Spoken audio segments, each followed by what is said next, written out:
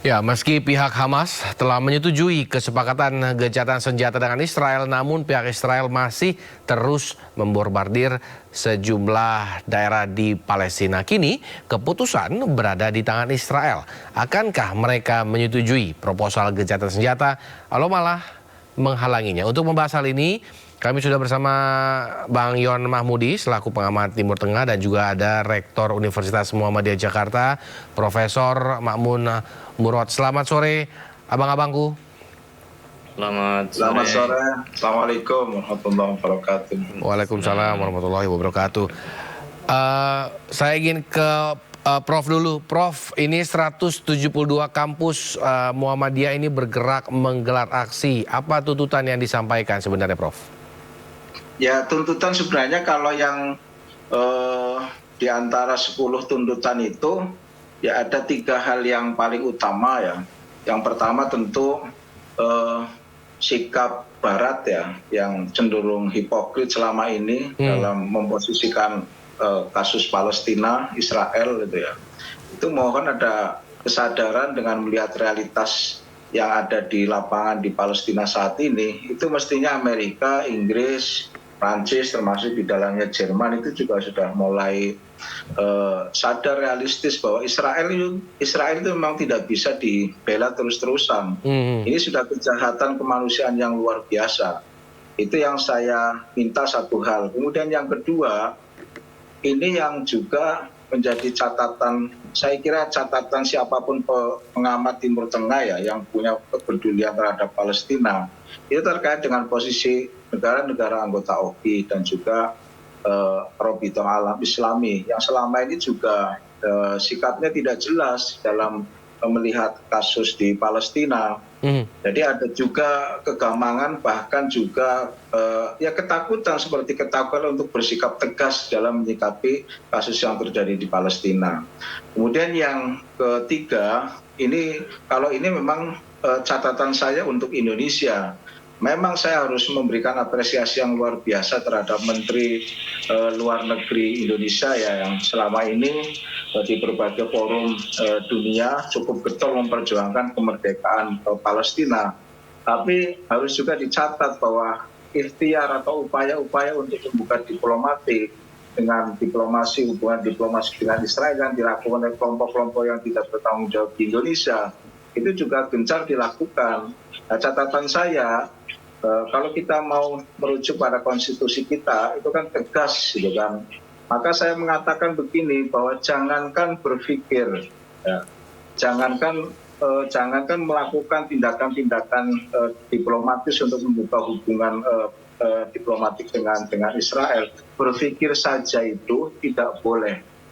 Karena bagi saya ini konstitusi yang bicara, apalagi ditambah dengan realitas ada persoalan kemanusiaan di sana. Maka ini tuntutan tiga tuntutan yang utama itu. Nah, yang lainnya ada 7 tuntutan yang lainnya, saya kira itu sudah juga menyebar di banyak media. Oke, Prof, itu yang ketiga, apakah memang ada indikasi terkait hal tersebut, Prof? Ya, misalnya kan ada fasilitasi misalnya orang-orang Indonesia tertentu dari kelompok-kelompok tertentu yang kemudian diberikan kesempatan untuk bertemu dengan Netanyahu misalnya beberapa waktu yang lalu misalnya gitu. Kemudian dokumen-dokumen yang seringkali beredar di media massa yang juga menggambarkan itu gitu kan. Ini harus hati-hati. Pemerintahan baru nanti di bawah pimpinan Presiden Prabowo itu harus hati-hati betul. Masyarakat kita itu jelas ya punya hubungan historis yang sangat bagus dengan Palestina. Palestina lah yang mengakui kemerdekaan Indonesia pertama kali, dan juga ada 2 tokoh Indonesia yang selama ini punya sumbangsi luar biasa dalam konteks relasi antara Indonesia dengan Palestina. Saya menyebut misalnya 2 nama itu adalah Kahar Mudakir, kemudian ada Lukman Harun. Itu kebetulan 2 tokoh ini juga berasal dari Muhammadiyah. Memang gen Muhammadiyah, DNA Muhammadiyah itu ya memang lekat dengan hal-hal yang seperti ini. Sehingga untuk urusannya bukan urusan untung rugi kalau dalam hal kemanusiaan, tapi memang Muhammadiyah harus bersikap.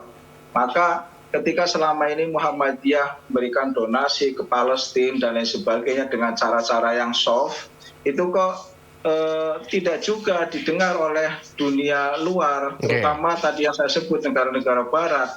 Maka akhirnya kami terpaksa dan tentu juga diinspirasi oleh kampus-kampus di Amerika, di Eropa dan juga di Australia. Ya kita akhirnya turun dengan kekuatan 172 kampus dan saya kira masyarakat Indonesia melihatlah betapa gerakan aksi hari ini 172 kampus itu luar biasa. Itu foto-fotonya, videonya itu sudah menyebar kemana-mana juga. Oke. Pak Yon, ini terkait dengan gencatan senjata ini, wacana dari Hamas sendiri, apakah Israel akan mengikutinya atau bagaimana menurut Pak Yon? Ya, upaya negosiasi berkaitan dengan gencatan senjata itu kan sudah secara intensif ya dilakukan, terutama dimediasi oleh Qatar dan juga Mesir ya, yang melibatkan Amerika dan beberapa pejabat di Israel. Nah, sebenarnya kesepakatan itu sudah mulai nampak ya ketika Hamas mau menerima gencatan senjata dengan berbagai macam ya negosiasi berkaitan dengan tawanan perang dan juga tahanan Palestina dan lain sebagainya. Tapi nampaknya Israel belum puas ya dengan itu dan masih berusaha untuk menunjukkan kekuatannya. Ini kan masalahnya Netanyahu tidak ingin jatuh ya dengan kemudian menyerah pada gencatan senjata. Artinya kalau Netanyahu menyerah itu kan menunjukkan bahwa Israel telah kalah perang dan angkat bendera putih ya untuk berdamai. Nah ini dampaknya kelompok garis keras ya terutama anggota koalisi yang dari sayap kanan dan konservatif itu akan mundur dari koalisi, maka pada saat yang bersamaan itu bisa jatuh ya Netanyahu. Maka Netanyahu berusaha untuk sekuat tenaga menunjukkan kekuatannya dengan mengorbankan ya segala hal yang bisa dilakukan dengan melakukan serangan ke Rafah yang sudah ditentang oleh semua pihak. Dunia internasional sudah melakukan penentangan itu, tapi Netanyahu Israel tetap berusaha untuk melakukannya. Oke, menurut Anda mengapa sikap Hamas melunak kali ini terkait dengan gencatan senjata?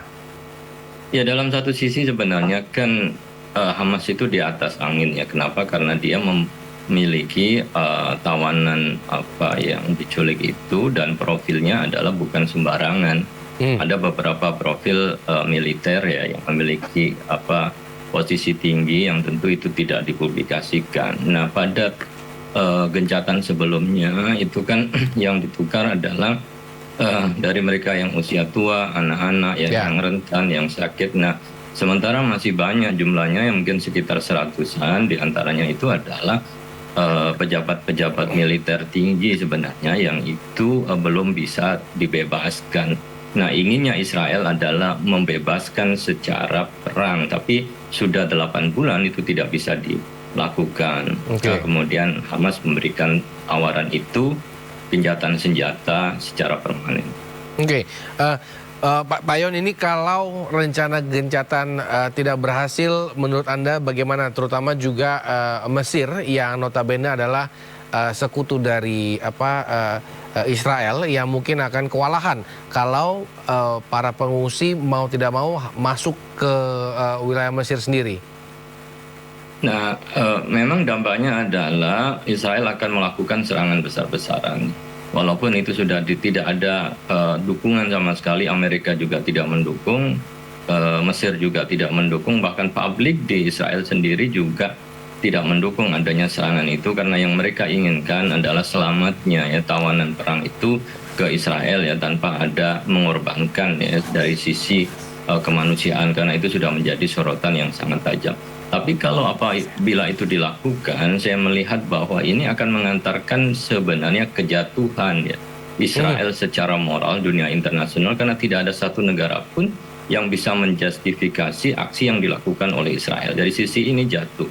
Tapi kalau Amerika kemudian ikut mendukung, maka artinya bahwa Amerika akan ditarik oleh Israel ke dalam lubang kejatuhan, dan ini saya kira resikonya sangat besar ya. Baik.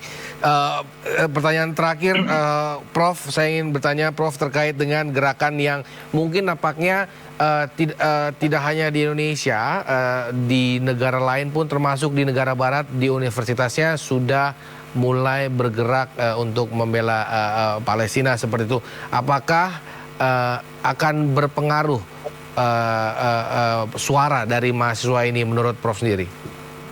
Kalau saya yakin berpengaruh, apalagi kalau misalnya kampus-kampus yang lain, nah ini seperti kampus UI misalnya itu bergerak, dan kemudian kampus-kampus yang lainnya UGM, UNER, kampus-kampus negeri maupun swasta yang lainnya bergerak, saya yakin itu akan berpengaruh. Setidaknya ya kalau negara seperti Amerika, Inggris, saya kan melihat begini ya, Inggris itu kan sudah ya negara yang serba susah karena dia dulu yang mempelopori berdirinya Israel. Nah sekarang sesungguhnya Inggris itu lebih beradab gitu kan, tapi posisinya susah sekarang itu.